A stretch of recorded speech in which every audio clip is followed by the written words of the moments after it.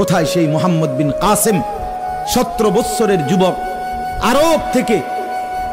আরব জাহান থেকে আসছে ভারতে, সিন্ধু প্রদেশে দেবল রাজার এলাকায় একজন বোনকে একজন ডাকাত জলদস্যু,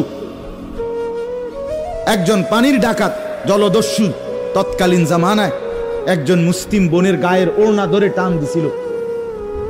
তখন ওই বোন চিঠি পাঠাইছিল হাজ্জাজ ইবনে ইউসুফের কাছে আরব দেশে, হাজ্জাজ তুমি বেঁচে থাকতে তোমার মুসলিম বোনের গায়ের ওড়না ধরে টান দিছে বেঈমান কাফের, তুমি এর বদলা নিবা কিনা আমি শুনতে চাই।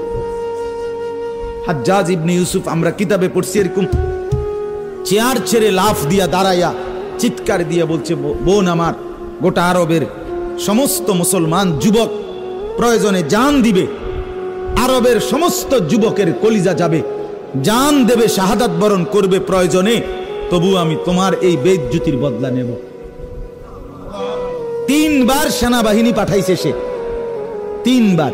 প্রথম 2 বার পরাজিত হয়েছে মুসলিম বাহিনী, তৃতীয়বারে